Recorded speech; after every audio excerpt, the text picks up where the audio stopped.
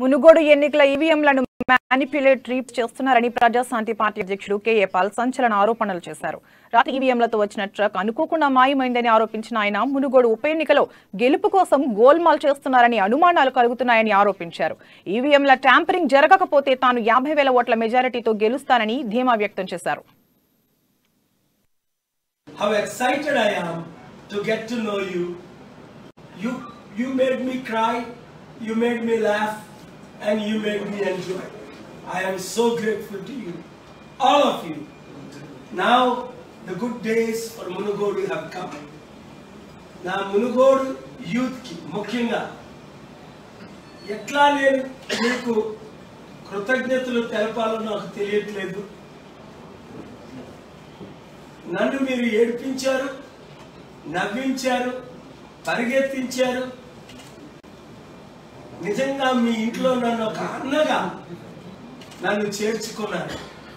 ఇలాంటి ప్రేమ 155 దేశాల్లో ప్రపంచంలో ఎక్కడా నేను అనుభవించలేదు, ఎక్కడా నేను ఫీల్ అవ్వలేదు.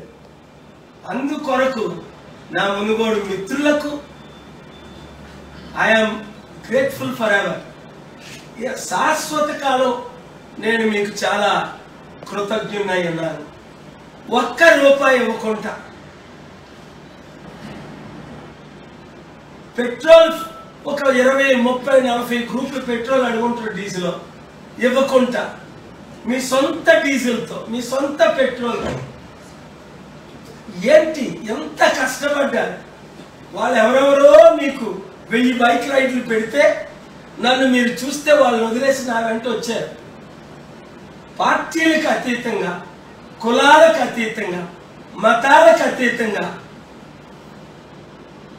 మీరు అది కరెక్ట్ తెలుగు వర్డ్ రావట్లేదు. I'm so excited for pouring your hearts, pouring your love, pouring your sincerity. I just don't have enough words. May God bless you, and I want to thank you again.